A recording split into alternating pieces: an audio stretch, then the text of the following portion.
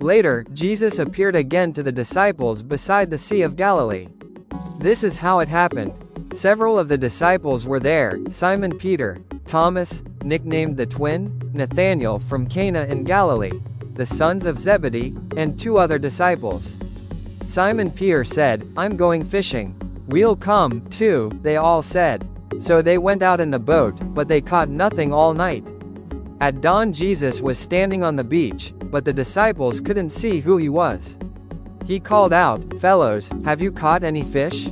"No," they replied. Then he said, "Throw out your net on the right-hand side of the boat, and you'll get some." So they did, and they couldn't haul in the net because there were so many fish in it. Then the disciple Jesus loved said to Peter, "It's the Lord." When Simon Peter heard that it was the Lord, he put on his tunic, for he had stripped for work, jumped into the water, and headed to shore.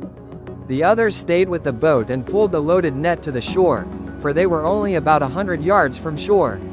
When they got there, they found breakfast waiting for them: fish cooking over a charcoal fire, and some bread. "Bring some of the fish you've just caught," Jesus said. So Simon Peter went aboard and dragged the net to the shore. There were 153 large fish, and yet the net hadn't torn. "Now come and have some breakfast," Jesus said. None of the disciples dared to ask him, "Who are you?" They knew it was the Lord. Then Jesus served them the bread and the fish. This was the 3rd time Jesus had appeared to his disciples since he had been raised from the dead. After breakfast Jesus asked Simon Peter, "Simon, son of John, do you love me more than these?" "Yes, Lord," Peter replied, "you know I love you." "Then feed my lambs," Jesus told him. Jesus repeated the question, "Simon, son of John, do you love me?" "Yes, Lord," Peter said, "you know I love you." "Then take care of my sheep," Jesus said. A 3rd time he asked him, "Simon, son of John, do you love me?" Peter was hurt that Jesus asked the question a 3rd time.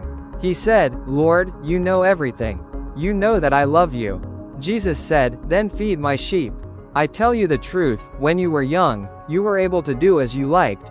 You dressed yourself and went wherever you wanted to go.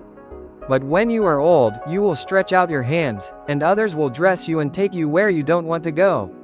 Jesus said this to let him know by what kind of death he would glorify God.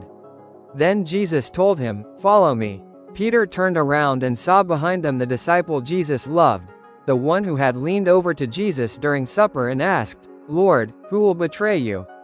Peter asked Jesus, "What about him, Lord?" Jesus replied, "If I want him to remain alive until I return, what is that to you? As for you, follow me."